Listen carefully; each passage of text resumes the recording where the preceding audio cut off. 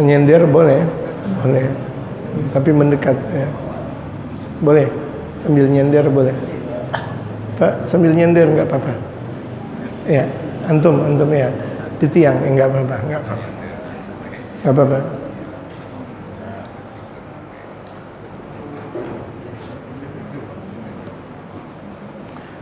Al-Fatihah wal qabul tamam bir rasul ila hadrat Sayyidina Rasul Muhammad sallallahu alaihi wa alihi wa sahbihi wasallam thumma ila hadrat Sayyidina Imam Abi Hamid Muhammad bin Ahmad al-Ghazali thumma ila hadrat Abi Qutb al-Jannah hasanun inna Allah yaghfiruhum yarhamhum wa ya'li darajatihim fil jannah wa na'ad 'alaina min barakatihim wa asrari manfa'atihim fid din wad dunya wal akhirah. نوينا تعلم تعليم تذكر تذكير والنفع والانتفاع والإفادة والاستفادة والحث على التمسك بكتاب الله وسنة رسول الله صلى الله عليه وآله وصحبه وسلم والدعاء إلى الخير والدلالة على الهدى وابتغاء وجه الله تبارك وتعالى إن الله يجني من الفتن والمحن ما ظهر منها وما بطن ونجعلنا من الذين يستمعون القول فيتبعون أحسنه إن الله يشهد ظاهر باطن يجعل المودة والرحمة لنا ولهم برحمتك نستغيث برحمتك الكبرى عندية القدسية اجعل نيتنا تحت نية الحبيب المصطفى وسيدنا الإمام حبيب محمد إلى حضرة النبي المصطفى محمد صلى الله عليه وسلم. الفاتحة.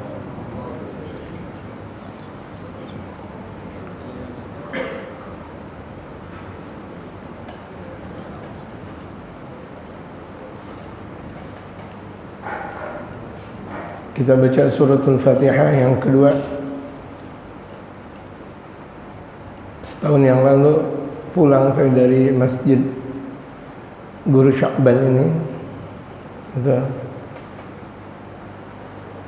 saya menemani bapak saya ngerokin bapak saya pijat-pijat bapak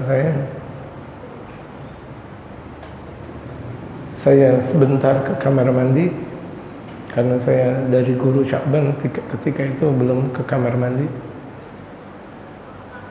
Ke kamar mandi sebentar, terjerit suara keluarga saya. Ketika itu tahu-tahu bapak saya dalam keadaan sekarat. Padahal ketika itu sebelum saya ke kamar mandi, saya masih ngobrol santai sampai tradisi beliau mau silaturahim ke guru syar'i atau abah syar'i ke Banten. Saya bilang besok deh insyaallah. Iya. Saya izin ke kamar mandi, terdengar suara histeris. Gak lama saya keluar dari kamar mandi karena saya kan harus cebok dan wudu. Langsung saya talqinkan mengucap la ilaha illallah, meninggal. Jadi sebegitu cepatnya, dan saya enggak, kalau secara percaya, tapi seperti itulah kematian. Artinya tidak menyulitkan dan tidak dalam keadaan sakit yang parah. Baru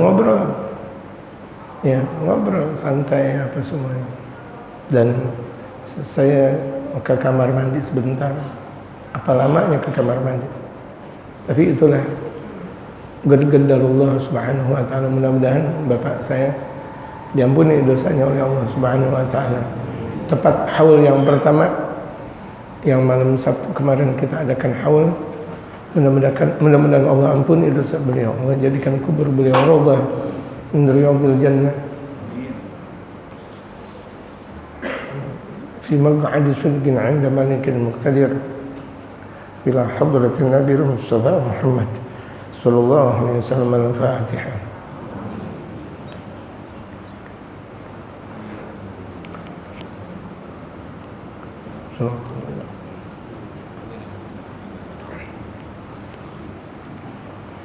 Juga doa suratul Fatihah buat anak saya yang juga dalam keadaan sakit. Mudah-mudahan Allah sembuhkan, Allah berikan umur panjang, sehat walafiat. Muhammad al-Ghazali ibni الصحة والعافية وطول العمر وإلى حضرة النبي المصطفى محمد صلى الله عليه وسلم. الفاتحة.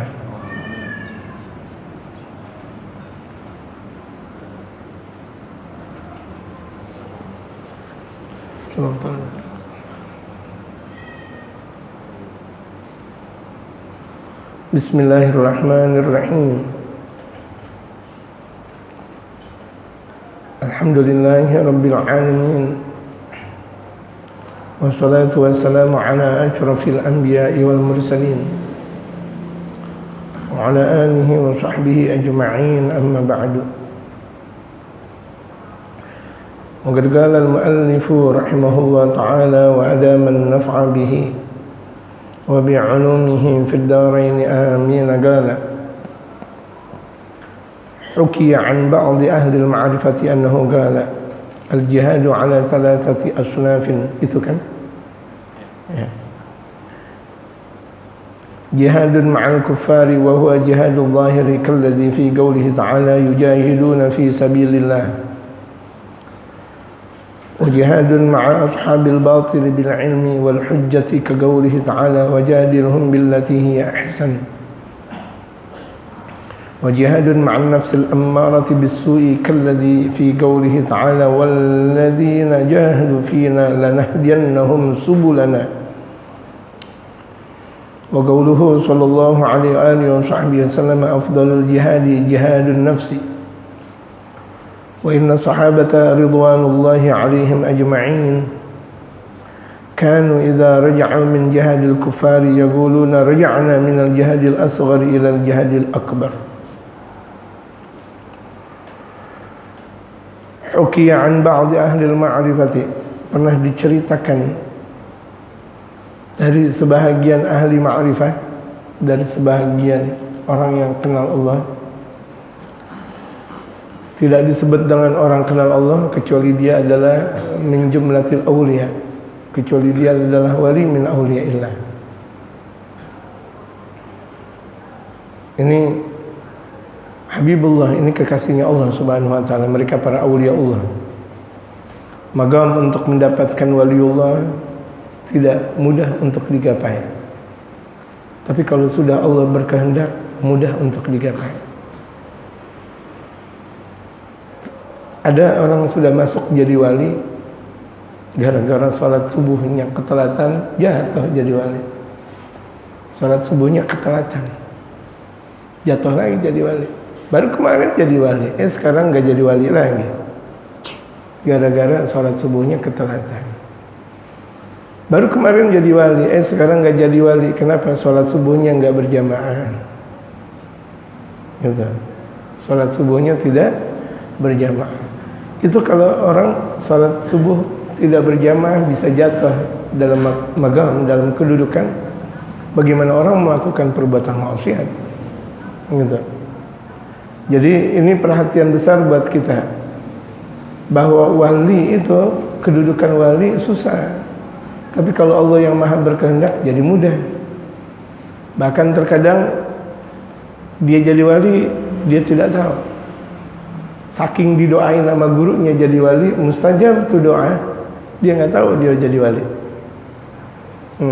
Didoain sama gurunya. Allahumma ja'alhu waliyan min awliyaik, ya Allah, jadikan dia wali di antara wali Engkau ya Allah. Jadi wali. Insya Allah. Orang-orang melihat kedudukan yang sangat tinggi, tapi dia sendiri santai, nggak paham bahwa dirinya adalah wali. Dan itu bisa dan banyak terjadi di kalangan mereka para awliya Allah.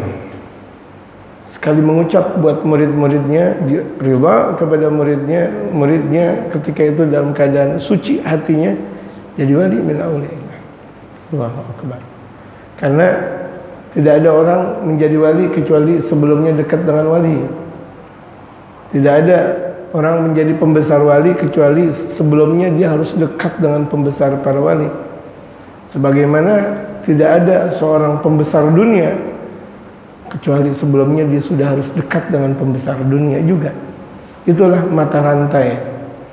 Orang dekat dengan soleh, orang jadi soleh karena dekat dengan orang soleh. Dia jadi ulama karena dia dekat dengan ulama. Lama ngaji sama ulama, jadi ulama. Itu sebagian para awliya Allah. Siapa sih awliya Allah? Ala inna awliya Allah la khawfun alaihim wa lahum yahzanun. Ala ingat. Ini litambih, untuk memberikan arahan peringatan kepada kita. Ala inna awliya Allah, sesungguhnya wali-walinya Allah, kekasihnya Allah, la khawfun alaihim wa lahum yahzanun. Tidak ada rasa takut dan tidak ada duka. Kapan dan dimanapun mereka berada, tidak ada takutnya. Enggak ada takut. Enggak ada takut. Mau dibilang apapun enggak ada takutnya. Kalau mau dibilang ibaratnya dia punya nyali, nyalinya udah putus. Saking beraninya. Tapi enggak menjadi juga kebablasan, tidak. Maksud dia tidak takut, dia tidak pernah takut kepada makhluknya Allah Subhanahu wa taala, apapun dan siapapun. Dia hanya takut kepada azab Allah Subhanahu wa taala. Walahum yahzanun, dan mereka tidak pernah berduka. Tidak pernah berduka. Bagaimana berduka? Udah hijabnya sudah terbuka. Antara dia dengan Allah, hijabnya sudah terbuka dan dia sudah musyahadah. Dia sudah menyaksikan arti keagungan Allah. Orang kalau sudah merasakan dan sudah menyaksikan arti keagungan Allah, tidak ada duka.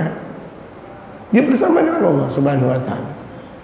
Haula fi ma'iyatillah, mereka berada selalu dengan kebersamaan dengan Allah Subhanahu wa taala. Enggak ada duka. Itu mereka para aulia Allah. Mudah-mudahan Allah mudahkan kita mengikuti perjalanan mereka para waliullah. Amin. Mengikuti perjalanan waliullah. Qul hadhihi sabili, katakan ini adalah perjalananku. Ana wa man ittaba'ani, aku dan orang yang mengikuti aku. Perjalanannya Rasulullah dan perjalanan orang yang mengikuti Rasulullah. Siapa mereka orang yang mengikuti Rasulullah? Mahibb Rasulillah, pecinta Rasulullah. Karena sang pecinta itu muhibbul mahbub mahbub. Pecinta yang dicintai itu tercinta. Seperti mereka keluarga Rasulullah dan tabi'in cinta, keluarga Rasulullah dan sahabat cinta kepada Rasulullah. Mahbub, mereka dicinta di sisi baginda Rasulullah. Siapapun yang cinta kepada baginda Rasulullah, itu namanya muhib, dan dia mahbub, dan dia dicinta. Makanya pecinta dicinta. Tidak pernah ada pecinta tidak dicinta. Makanya orang yang cinta kepada Allah, dia bakal dicintai oleh Allah. Qul in kuntum tuhibbunallah fattabi'uni yuhibbukumullah wa yaghfir lakum dzunubakum, wallahu ghafurur rahim. Al-jihadu ala thalathati asnafin. Jihad itu ada 3 golongan. Jihad membela agamanya Allah. Yang disebut dengan al-jihad di sini membela agamanya Allah Subhanahu wa taala. Ada sebagian dengan berperang di medan laga, gitu. Kalau di dalam Al-Quranul Karim diungkapkan iltagal jam'an, berkumpulnya 2 pasukan besar. Yaumal tagal jam'an, itu perang Badar yang terjadi di tanggal 17 Ramadan di tahun kedua Hijriah. Yaumal tagal jam'an. Itu bagaimana perangnya Rasulullah, keluarga dan para sahabatnya Rasulullah Muhammad sallallahu alaihi wasallam, sampai perang aja diajarkan. Gitu. Bagaimana perangnya Rasulullah, adab perang. Itu yang pertama yang disebut dengan al-jihad, berjuang. Itu ada 3 macam. Yang pertama jihadun ma'al kufar. Jihadun boleh dibaca jihadun, boleh dibaca jihadin, boleh dibaca jihadan. Kalau jihadun dia adalah khabar mubtada dari mubtada mahdhuf, takdirnya huwa jihadun. Kalau jihadin itu adalah badal dari asnafin. Kalau jihadan berarti itu adalah maf'ulun bih dari fi'il fa'il yang terbuang, a'ni atau ya'ni jihadan. Dari mana kita mau baca? Silakan. Jihadun ma'al kufari, yang pertama berjuang melawan orang-orang kafir. Bagaimana? Perang. Karena perang itu kalau nggak dibunuh, ngebunuh. Tujuan perang itu membunuh.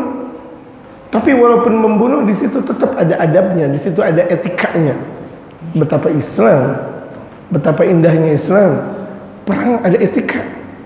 Jangan bunuh perempuan, jangan bunuh anak kecil, jangan bunuh orang yang sudah tak berdaya, jangan merampas ketika mereka mempunyai sesuatu masih hidup. Ya, kemudian juga jangan merusak tanaman, pepohonan dan sebagainya. Ini dalam keadaan perang. Ini adab yang diajarkan baginda Rasulullah kepada mereka para sahabat dan kepada kita sekalian. Jihadun ma'al kuffari wa huwa jihadul zahiri. Nah, berjuang melawan orang kafir ini namanya berjuang secara zahir. Secara zahir berjumpa kita perang dengan senjata atau face to face, satu orang melawan satu orang, dua orang melawan dua orang, 100 orang dengan ahli panah terus berantem gitu, pukul-pukulan, tunjuk-tunjukkan itu perang secara zahir. Makanya diajarkan oleh baginda Rasulullah, alimu auladakum as-sibahah wa rimayah. Ajarkan anak-anak kalian untuk berenang. Untuk berenang. Ketika Islam mulai tersebar ketika itu harus melintasi kali, melintasi lautan. Kalau tidak mampu untuk berenang, tenggelam di situ. Banyak kejadian ketika itu yang tenggelam akhirnya diajarkan oleh baginda Rasulullah. Alimu auladakum as-sibahah wa rimayah. As-sibahah wa rimayah, rimayah memanah. Jadi sunnah kita untuk belajar panahan, memanah, sunnah.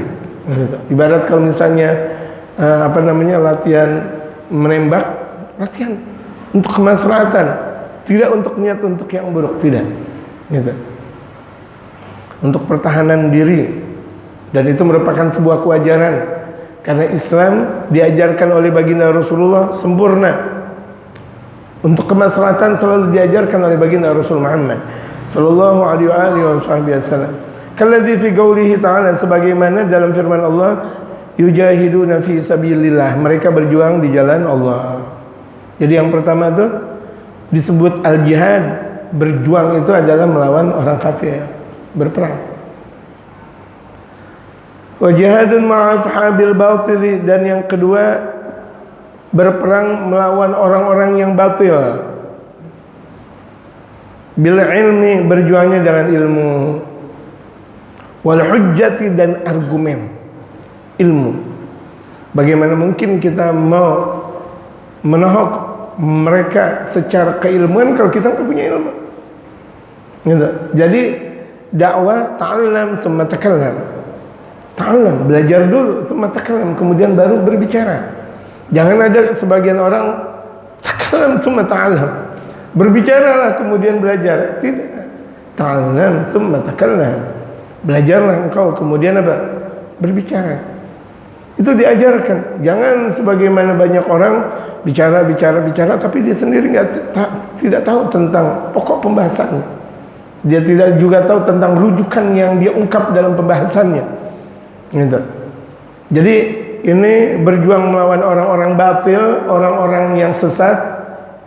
Itu dengan apa? Dengan ilmu dan argumen. Berarti kita wajib belajar ngaji. La yashba'an, ada sinfan la yashba'an, dalam sabda Rasulullah ada dua kelompok yang tidak pernah kenal kenyang. Talibu ilmin wa talibu mal, penuntut ilmu dan penuntut harta.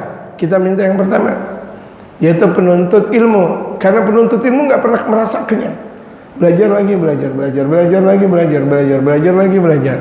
Itu satu waktu Syekh Yasin bin Isa Al-Fadani, guru kita dan guru di antara guru-guru kita, guru besar kita, itu ketika mau sholat Jumat di Masjidil Haram, beliau masuk dulu ke perpustakaan beliau, masih pagi, masuk dulu ke perpustakaan beliau.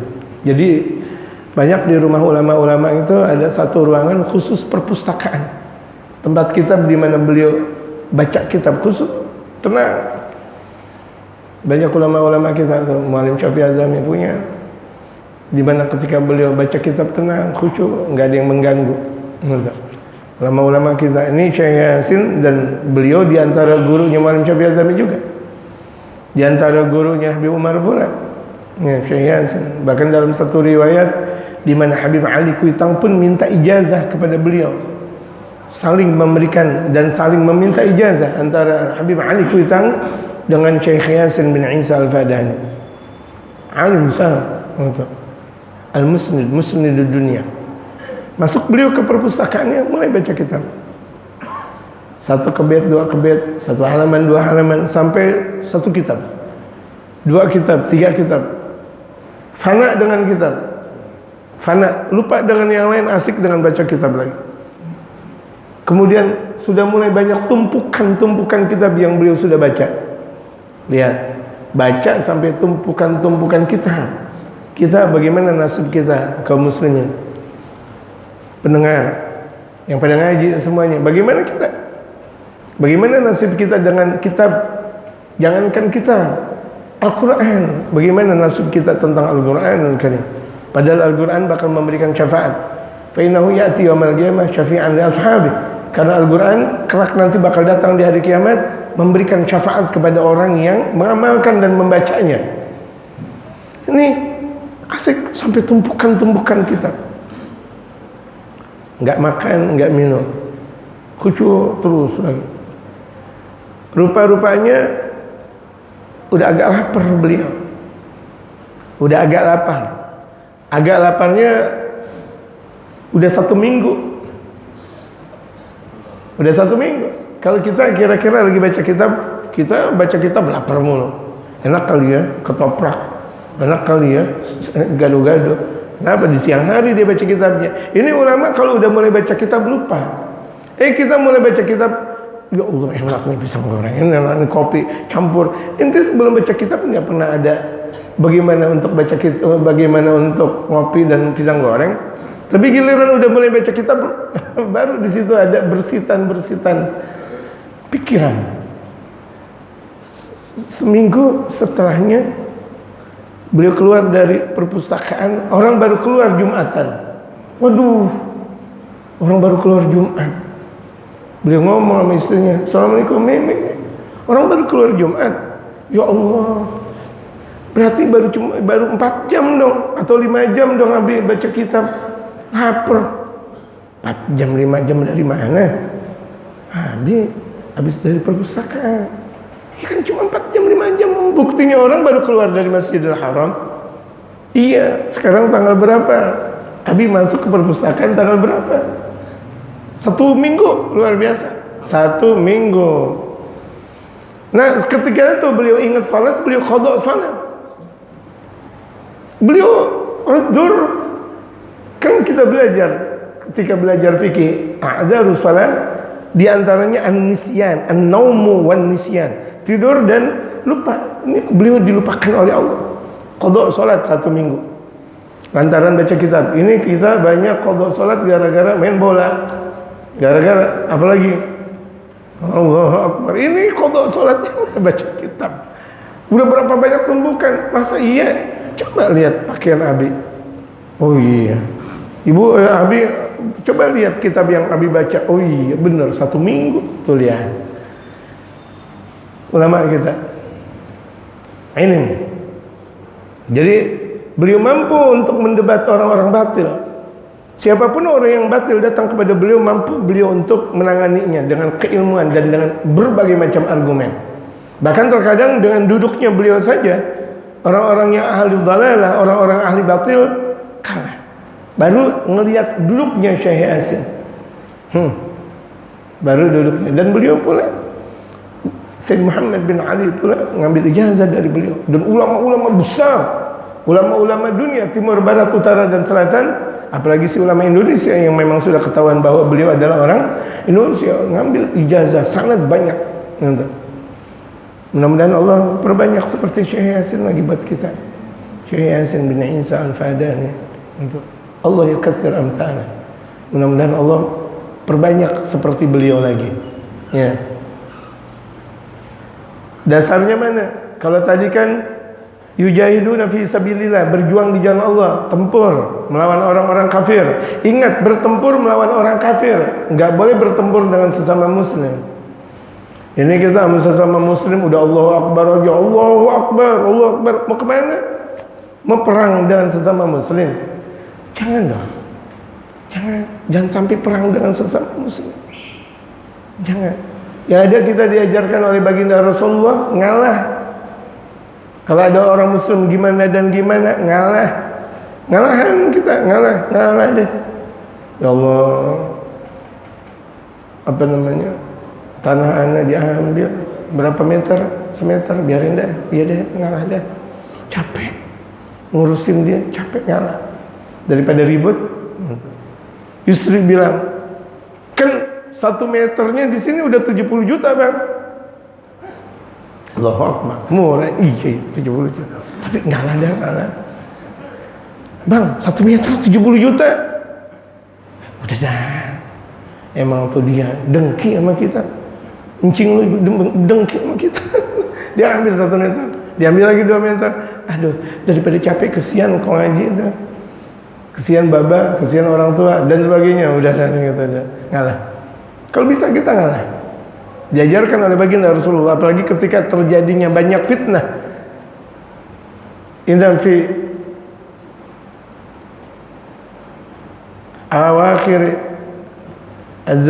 akhir zaman fitanan qita'il lailil mudlim, karena nanti di akhir zaman, dan sekarang kita udah berada di akhir zaman, itu akan terjadi fitnah qita'il lailil mudlim, seperti putusnya malam yang gelap gulita. Ketika tuh dalam malam gelap gulita kita kesana dan kesini tetap gelap gulita, itu fitnah. Mau kesana susah, mau kesini susah, itu namanya fitnah, zaman fitnah. Nah sekarang udah banyak terjadi gitu. Jadi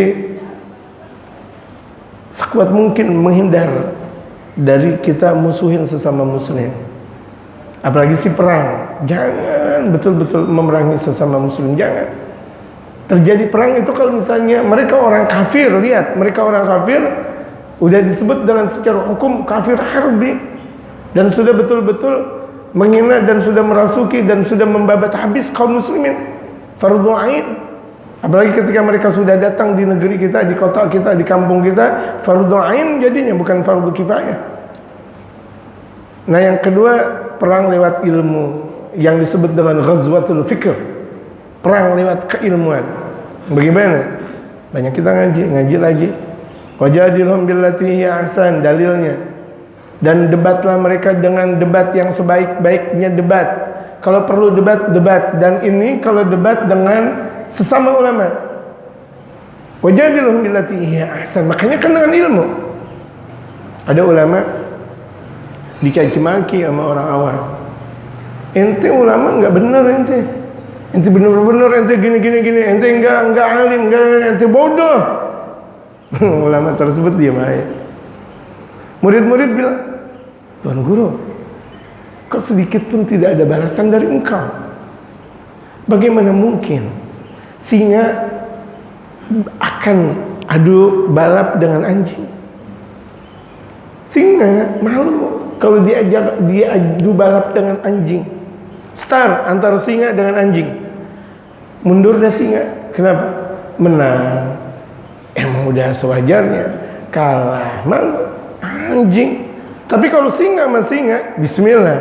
Artinya tuh beliau dihajar dengan orang awam, ya jangan dong. Makanya banyak ulama-ulama ketika dibully, dijahatin, dirusak, bahkan reputasinya tuh dirusak dengan orang-orang awam, mereka diam. Kenapa orang awam? Kita mau balas, masa anjing? Nanti kan kita mau balas sama dengan anjing. Mereka dalam keadaan gila. Kalau misalnya ada orang gila lagi berbicara, kemudian kita nggodain, kan sama-sama jadi orang gila. Gitu. Ini hakikat kehidupan nih jamaah. Makanya kalau kita lihat, kok ulama nggak ngebalas ucapan mereka, dia. Ya, Kan yang disebut dengan wajadilhum billati hi ahsan, debat mereka dengan debat yang paling bagus. Itu kalau ulamanya. Kalau ada nih orang yang alim, yang pintar mau debat kita siap-siap, bismillah, untuk li'ala'i kalimatillahi hiyal ulia, silakan, bismillah. Tapi siapa yang nantang? Ulama juga, pakar, silakan. Dia kaum doktoral, silakan, ayo, bismillah. Di mana debat? Tapi debat yang paling bagus. Debat yang paling bagus itu adalah debat yang tidak ramai antara dia dengan dia, hanya berdua, tidak ada orang yang melihat. Ini debat sengaja-ngaja di mana? Di layar televisi. Sengaja-ngaja debat di sana di sini, atau bahkan terkadang dengan dengan televisi, dengan media cetak dan sebagainya, atau media massa dan sebagainya. Jangan ada debat, jangan seperti itu. Jangan, lebih baik secara menyendiri. Ingat, kita bicara tentang dalil ilmiah. Siapa yang di antara kita tidak berilmiah berarti mengundurkan diri. Bismillah. Itu namanya debat. Bukan debat kusir. Gitu. Sebagaimana yang ada. Kalah marah-marah. Itu belum. Itu bukan namanya debat. Marah-marah namanya. Tuh lihat. Itu berjuang juga. Perjuangan yang sangat besar melawan ahlil batil, ahlul ghaflah, ahli bid'ah. Silakan datang ke rumah, ayo kita debat. Anda datang ke ente atau ente datang ke anda. Tuh lihat. Ada orang membid'ahkan maulid. Tapi yang membid'ahkan dia S3. Ayo bismillah. Tapi kalau masih S1 enggak, dari Allah, ana masa-masa S1. Jangan, ente S3. Yang guru besar ente siapa? Ayo bismillah. Jangan S1. S2 aja enggak nyambung, S1 lagi. Jangan. Apalagi dia baru pulang dari pesantren, la ilaha illallah. Ya, S3. Bismillah. Itu namanya debat. Ya, itu namanya debat. Gitu. Wajadilhum billati hiya ahsan.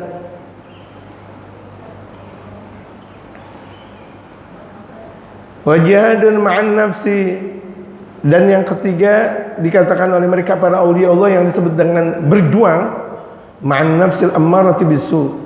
Berjuang melawan jiwa yang penuh dengan amarah, dengan keburukan. Ini jadi perjuangan macam-macam. Enggak semua yang disebut dengan jihad perang mulu, ayo hayya 'alal jihad, perang. Enggak semua jihad perang. Melawan mereka orang-orang batil dengan ilmu itu jihad. Melawan hawa nafsu yang ketiga itu jihad. Kalladzi fi qouli ta'ala, sebagaimana dalam firman Allah. Walladzina jahadu fina lanahdiyannahum subulana. Dan orang-orang yang berjuang di kalangan kita, maka kami bakal memberikan petunjuk kepada mereka akan jalan-jalan kami.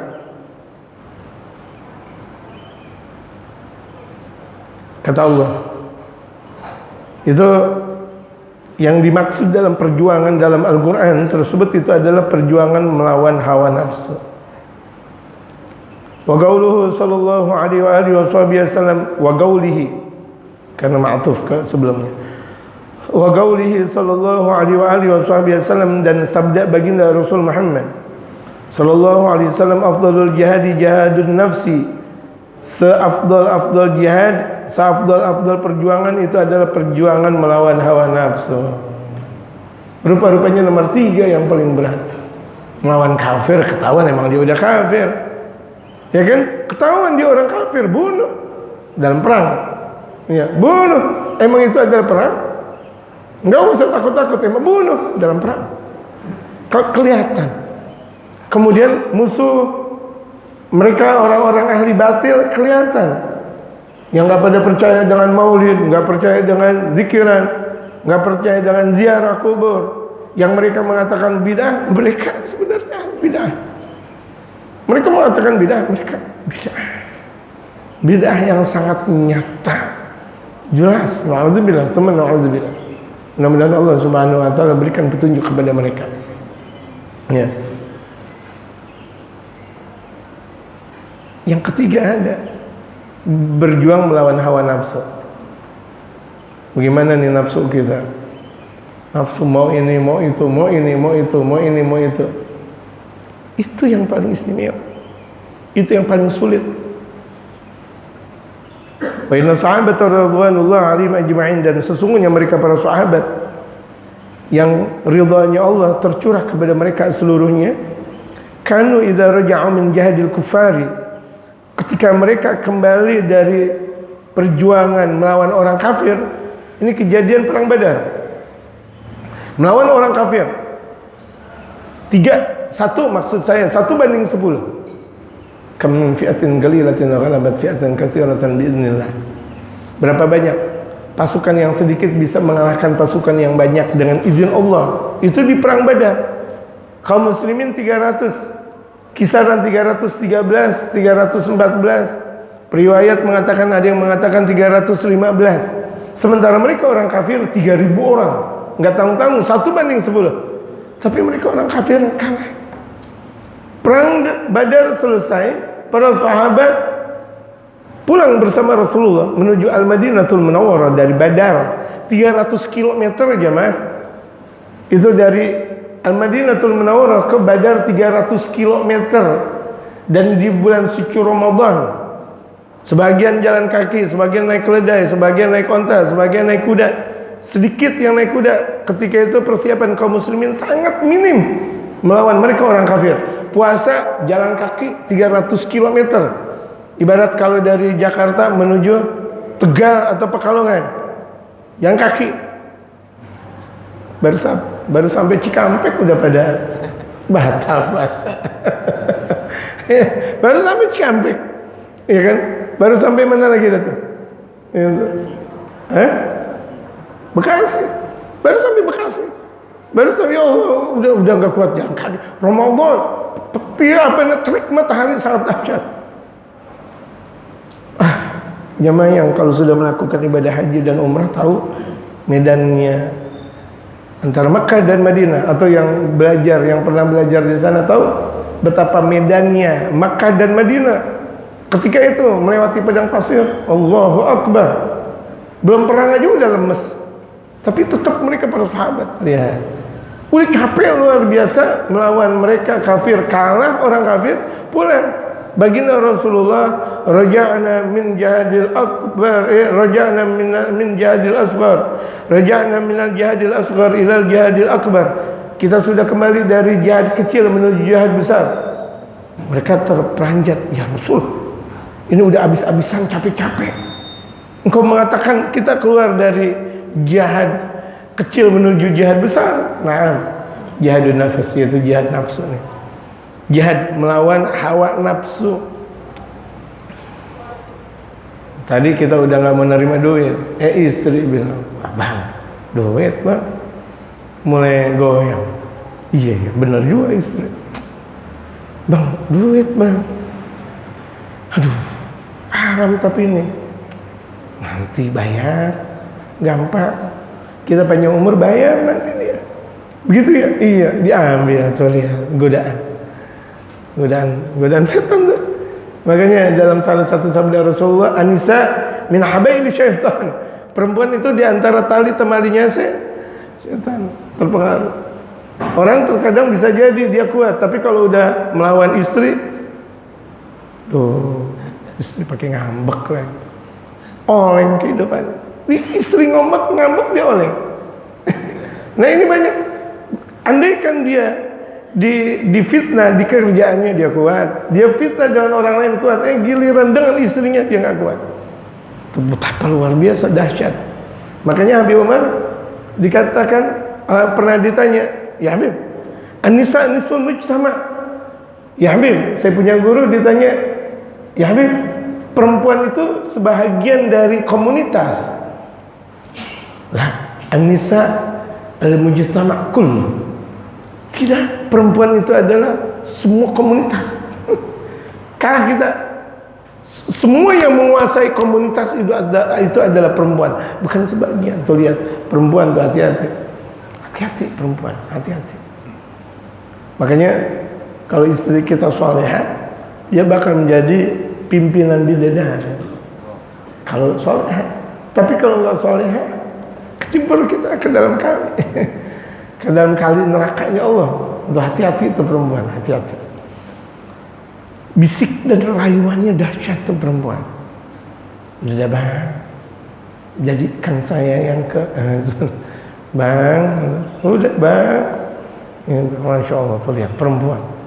Allahu Akbar. Kadang kita sabar dengan yang lain, giliran istri nangis, dia pakai nangis lagi, mulai. Tuh lihat. Kalau musuh gampang, kita pukulin musuh ketahuan. Kita punya pistol, kita punya senjata dalam keadaan perang. Kalau perlu kita buntungin kepalanya. Musuh kelihatan. Ini sama istri gimana nih ceritanya? Sama anak yang susah banget diajarin, bandelnya luar biasa. Disuruh ngaji, dia keluar. Disuruh tidur, dia keluar. Disuruh ngapain, dia keluar. Puyengnya luar biasa. Gimana nih kita? Gimana? Masyarakat juga. Kita ajak sholat, dia jelekin kita. Kita ajak ngaji, dia malah ngomelin kita. Gimana nih? Itulah kehidupan. Kan lebih susah yang nomor 3 ini, melawan hawa nafsu. Betul gak jemaah? Orang yang udah lebih tua dari saya lebih merasakan lebih banyak ketirnya kehidupan. Itulah kehidupan. Gitu. Kanu idza raja'a min jihadil kufar, ketika mereka keluar dari melawan orang-orang kafir, yaqulun, mereka berkata, raja'na minal jihadil asghar ila jihadil akbar. Kita keluar dari jihad kecil menuju jihad besar. Wa inna ma sammau. Kalau fi'il mudhari'nya yusammun. Sammau, mereka menamakan. Huwa samma, huma samma wa hum sammau. Nah, itu kalau belajar tasrif, ya. Sammau. Bukan samu, bukan. Sammau. Ini ada orang baca samu. Ini fil mudhari, fil madhi yang ada huruf ilat. Huruf ilat, huruf penyakit. Huruf penyakit. Huruf penyakit itu huruf ilat, alif, waw, dan ya. Huwa samma, huma samma, wa hum sammau. Hiya sammat, huma sammata, hunnas sam. Itu jadi itu apa namanya? Tasrif. Kan banyak orang-orang dulu sambil belonjoran, wa katabahum katabu ya katabatu makatabatuhunna katabna anta katabna antum katabtum antum katabtum anti katabti antum katabtum antum katabtuna ana katabtu nahnu katabna. Atau fi'il madhinya huwa yaktubu ma yaktubani hum yaktubuna hiya taktubu man taktubani hunna yaktubna anta taktubu antum taktubani antum taktubuna anti taktubina antum taktubani antunna taktubna ana aktubu nahnu naktubu. Fil amarnya uktuba, uktubu, uktubi, uktuba, uktubna. Masih ingat kan jamaah? Masih ingat? Doraba. Dulu waktu saya masih ngaji sama Habib Umar, ngaji nahwu. Contohnya Umar lagi. Doraba Zaidun Umara. Orang Indonesia, temen. Kan biasa kalau kita nahwu belajarnya doroba mulu, doroba Zaidun mulu. Doroba Zaidun Umar, artinya Zaid mukul Umar. Aduh, kata Abi Umar, kesian Umar. Setelah saya paham bahasa Arab, iya, ngapa jadi bahasanya doroba mulu? Indonesia kan kalau lagi belajar nahwu kayak gitu. Doroba Zaidun Umar, doroba Zaidun Utsman. Ketika dibaca, kesian Umar dipukul mulu. Saya paham, iya bener ente. Walaupun bener tapi cari dong contoh yang lain itu. Daraba Zaidun Umar. Masih ingat betul. Kapan ya? Berapa puluh tahun? Ini tahun 2022 sekarang. La ilaha illallah. Berarti udah 24 tahunan yang lalu. 24 tahun yang lalu. Masya Allah, cukup lama menurut saya di 24 tahun yang lalu. Allahu Akbar. Tapi masih terngiang-ngiang. ngaji ya, ngaji 24 tahun yang lalu masih dibina, dibimbing oleh beliau.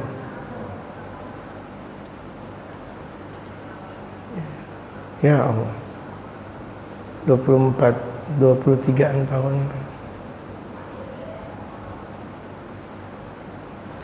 Wa innama sammau al-jihada, hanya saja mereka mengatakan al-jihad ma'al hawa, melawan hawa nafsu. Maksudnya apa nih? Jihad melawan hawa nafsu. Emang hawa nafsu diperangi? Emang hawa nafsu dibunuh? Gitu. Wan nafsu wa syaitanu akbar. Karena nafsu dan setan itu lebih besar. Tuh lihat, nafsu dan setan lebih besar. Li'annal jihada ma'aha adwamu, karena jihad melawan nafsu itu berketerusan. Kita melawan orang kafir, paling hari itu selesai. Teng teng teng teng teng, selesai. Ada yang meninggal dikubur, ada yang enggak, selesai. Atau kita debat dengan orang ahli bid'ah yang mengatakan bahwa maulid bid'ah, ziarah kubur bid'ah. Kita debat, paling 1 hari selesai. Betul enggak? Tapi kita melawan nafsu, baru ngaji nafsu benar-benar. Rupa-rupanya saya yang paling hebat. Kalah kita dengan nafsu. Padahal kita ngaji lagi tasawuf, kita ngaji lagi ngebenerin hati. Ngapa jadi abis ngaji kita bilang, oh rupa-rupanya saya paling pintar. Ya Allah, setan masuk dan dia kalah dengan setan. Capek dia istighfar, ya Allah astagfirullahaladzim. Dia ngomong begitu doang, istighfarnya kalah, semuanya, zikirnya kalah, duduknya kalah, ngajinya kalah. Dengan cuma dia mengatakan, rupa-rupanya saya paling pintar ya. Yang lain ngaji pada tidur, saya nggak tidur. Jatuh dia. Stop. Ya Allah.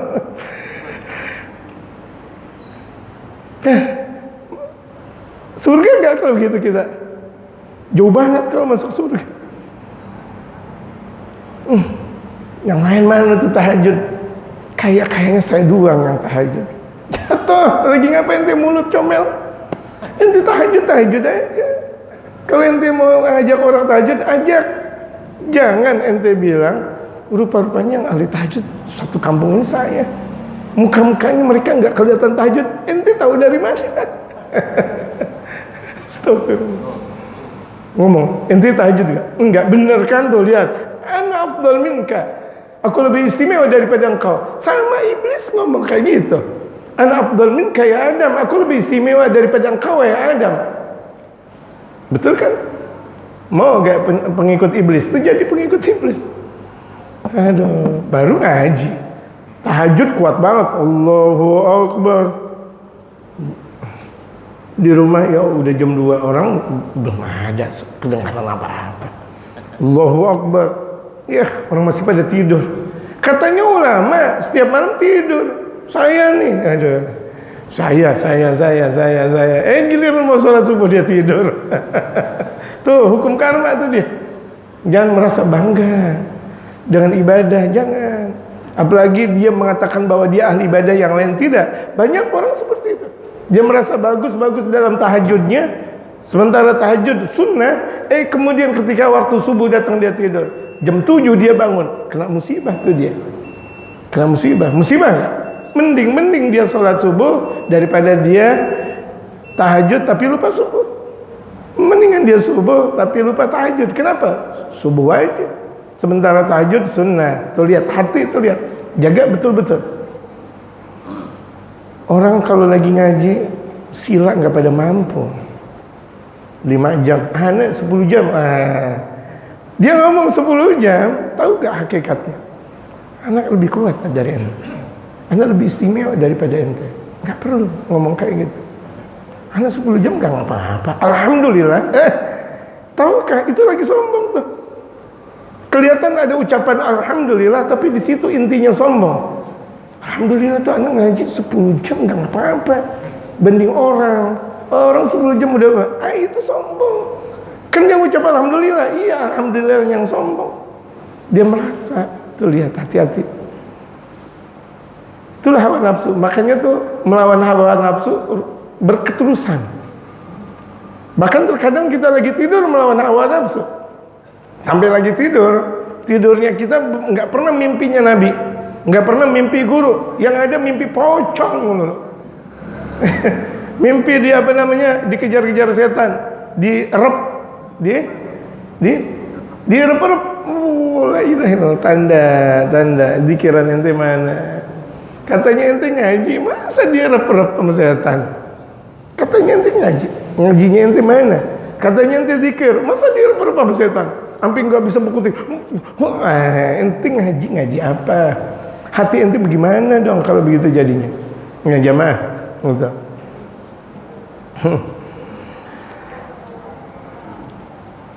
Wajahadul kufar yakunu fi waqtin duna waqtin. Memerangi orang kafir hanya satu waktu. Wa li'anal ghaziya yara aduwa wa la yara syaitan. Orang yang berperang melawan musuh itu ngelihat musuh, tapi ketika berperang melawan setan nggak bisa melihat setan. Setan yang ada di dalam diri kita dahsyat, jahat. Kita nggak ngelihat. Andaikan kita tusuk, ya kita yang berdarah. Ditusuk nih, atau kita pukul, kita yang sakit. Ada orang kecewa, tangannya dia hajar ke tiang listrik. Tiang listrik nggak ngapa-ngapa, tangan ente lagi ngapa, tiang listrik lagi diri ente pukul. Kecewa tidak seperti itu. Rusakkah tiang listrik? Enggak, berdiri dengan tegaknya, tangan ente yang rusak. Enggak, ini nafsu bukan untuk dipukul-pukul, jiwa badan ente yang rusak. Terus gimana dong? Ikutin ngaji. Berarti kan susah kan? Lebih susah melawan hawa nafsu daripada musuh. Wal jihadu ma'a aduwin yarahu ashalu minal jihadi ma'a la yara. Berjuang melawan musuh yang dia lihat itu lebih mudah daripada berjuang melawan musuh yang dia tidak lihat. Wa li'anna li syaitani mu'inan min nafsika wa huwal hawa. Setan itu menolong diri engkau. Itu nafsu tuh nolong kita. Tapi musuh gak pernah nolong kita. Kelihatannya tuh setan nolong kita, kelihatannya. Tapi kalau musuh boro-boro nolong kita, namanya musuh. Gitu. Walisalil kafir min nafsika mu'in. Orang kafir tidak menolong engkau, malah mau menghajar engkau. Tapi kelihatannya tuh setan nolong. Udah dah istirahat, engkau udah capek. Yang ngomong setan tuh. Hati-hati, udahlah. Udah ngaji selesai. Apalagi ini minggu udah mau hujan, selesai. Tar dulu, gitu. Tuh lihat setan mempengaruhi. Falidzalika kana asyad, oleh karena itu memerangi hawa nafsu itu lebih berat. Wali annaka idza qataltal kafira tajidun nasra wal ghanimata. Ketika engkau memerangi orang kafir, engkau bakal menjumpai pertolongan dan harta rampasan perang. Kalau kita melawan orang kafir, betul. Wa in qatalakal kafiru, kalau engkau terbunuh oleh orang kafir, tajidu syahadata wal jannah, engkau bakal menjumpai syahid dan surga. Kalau engkau terbunuh, engkau mati syahid. Ketika engkau menang, engkau bakal mendapatkan kejayaan. Wala takdir an taqtula syaitan, tapi engkau enggak mampu untuk membunuh setan. Bisa enggak kita bunuh setan? Setan tuh saya udah ikat. Ingat setan. Setan anu udah masukin ke botol. Boleh dimasukin, enggak ada masalah. Cuma tuh mati enggak mati. Tuh setan udah mati. Anu mati. Lama matinya. Tuh setan lama matinya nanti. Dari menjelang hari kiamat, di mana di situ hanya keagungan Allah Subhanahu wa taala, iblis baru mati. Masih tangeh. Dalam bahasa Betawi kita bilang, aku udah bunuh setan. Enak aja. Bapaknya setan udah bunuh. Dengan apa? Bacaan ini? Enggak. Jauh iya, menghindar iya, kalah iya, terbunuh tidak. Tapi kalau kita melawan orang kafir bisa mereka terbunuh, betul-betul habis kebisan.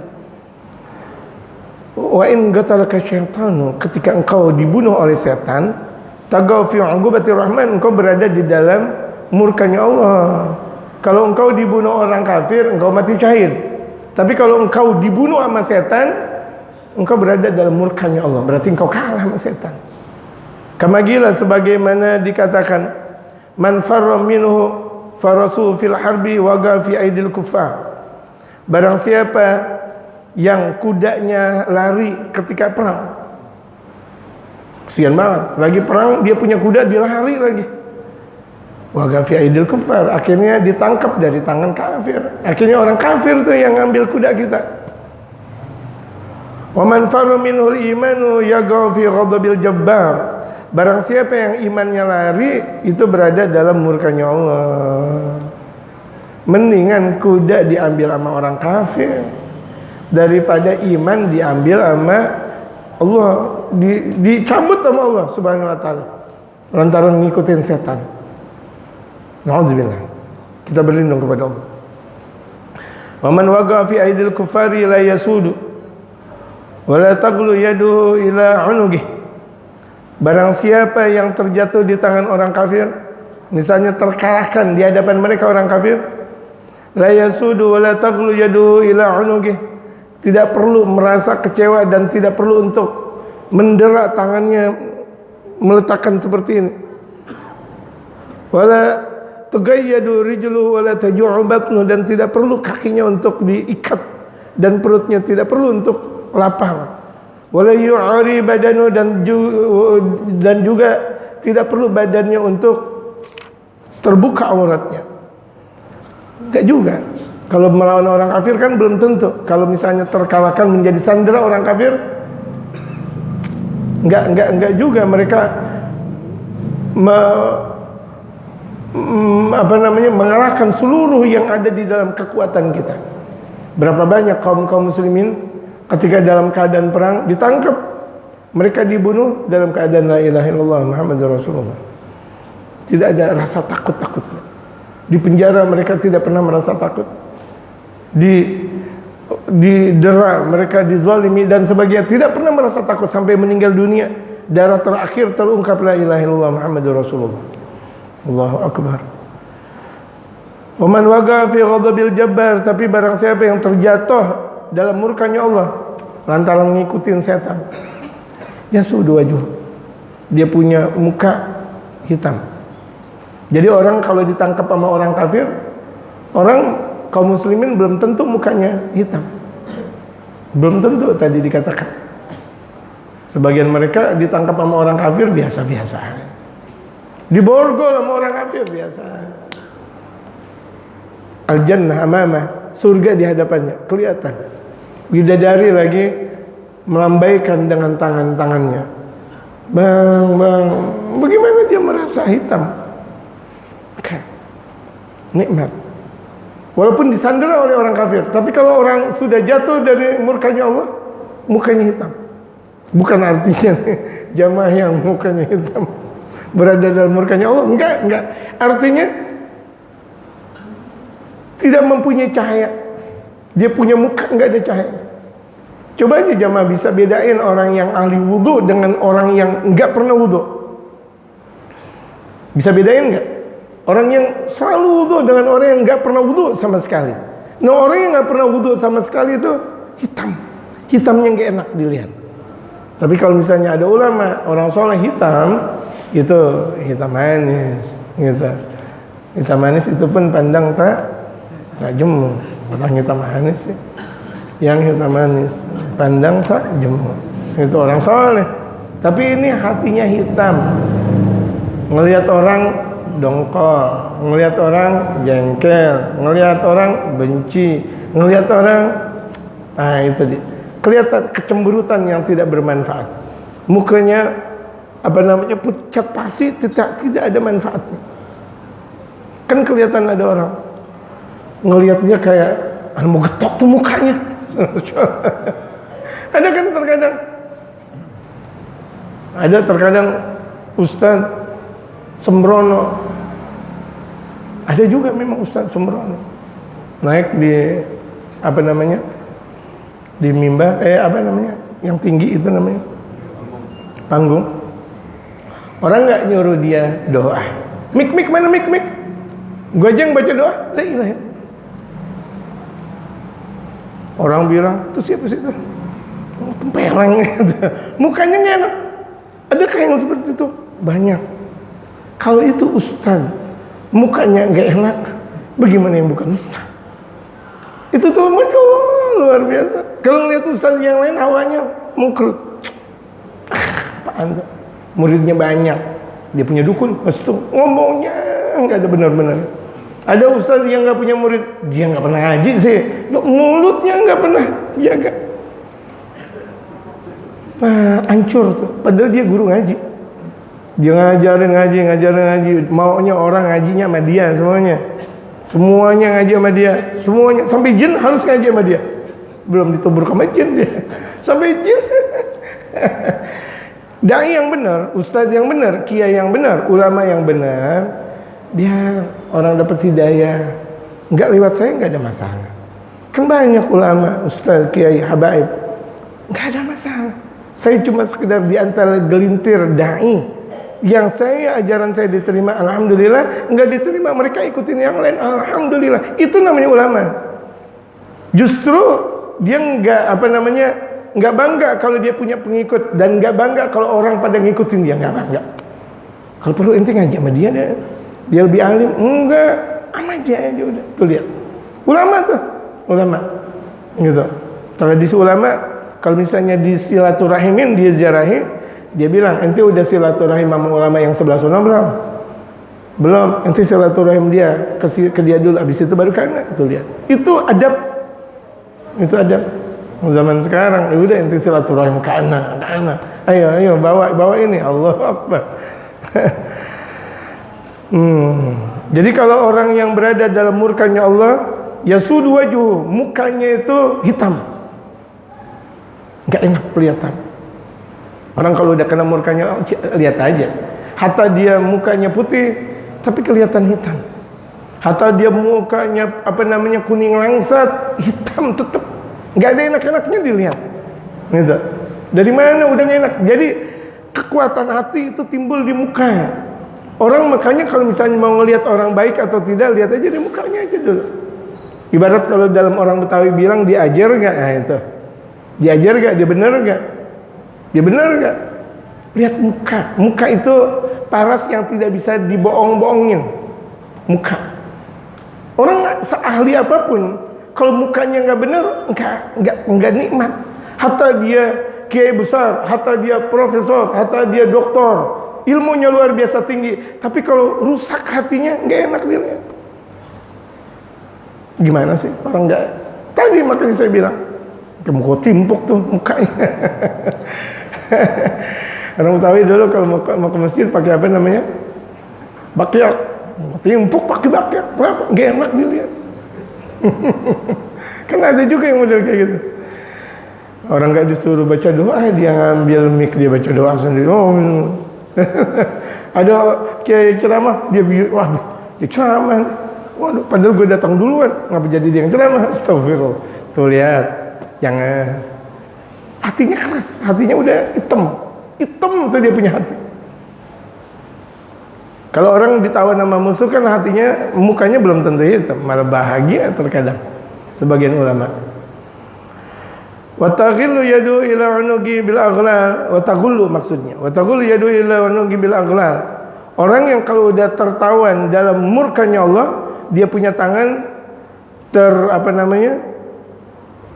tertaruh di belakang pundak kepalanya itu dalam keadaan hina. Tapi kaum muslimin walaupun ditangkap oleh orang kafir enggak merasa terhina. Enggak merasa terhina. Wa tugayyadu rijluhu bi guyudin nar. Orang yang kalau ditangkap sama orang kafir enggak merasa terborgol kaki dan tangannya, tapi orang yang berada di dalam murkanya Allah, kakinya itu terborgol dengan borgol api neraka. Wa yakunu ta'amuhu naran. Makanan orang yang dimurkai oleh Allah, api neraka. Wa syarabuhu naran, minumannya neraka. Wa libasuhu min nar, pakaiannya terbuat dari api neraka. Na'udzubillahi min dzalik. Jadi beda enggak bertempur melawan kafir dengan bertempur melawan setan? Beda enggak? Jauh dan lebih susah kita memerangi hawa nafsu kita. Susahnya luar biasa. Nah, makanya perlu ngaji yang berketerusan. Ngaji yang berketerusan. Jadi ngaji itu belum ada yang di end, belum ada yang tamat, belum ada yang di end, belum ada yang tamat. Terus lagi dan terus lagi dan terus. Wallahu a'lam. Ada pertanyaan kah? Silakan. Besok pengajian berikutnya al-bab sadis fil ghaflah, berbicara ghaflah, kelalaian. Nah, dibenerin lagi hati kita nih. Jangan sampai lalai. Kan kita kebanyakan lalai. Makanya lupa mulu. Udah hafal Quran dia lupa, banyakan lalai. Lalai banget. Lagi sholat, Allahu Akbar. Ya Allah. Rakaat keberapa ini? Lalai dia. Jadi imam lupa mulu, enggak usah jadi imam. Salat maghrib 5 rakaat. Andaikan 4 aja udah kesalahan, dia 5 rakaat. Salat subuh 4 rakaat kebanyakan. Gitu. Nah itu, jadi dilihat dari seperti itu. Allah jaga kita semuanya dari kelalaian. Ada pertanyaan? Dipersilakan jemaah. Kalau ada.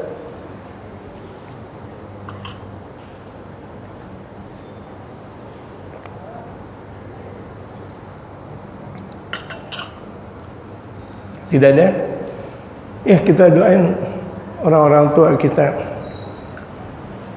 habaib-habaib kita, guru-guru kita, orang tua, seluruh kita. Allah berikan banyak umur. Kayak Syahroni, Habib Hussein, orang tua kita. Bapak Haji Sukat. Pak RW semuanya, kita Abdul Aziz dan kita semuanya Allah kasih panjang umur, sehat walafiat. Ya, mudah dalam seluruh menjalankan aktivitas yang laki yang perempuan, Allah mudahin seluruhnya. Al-Fatihah.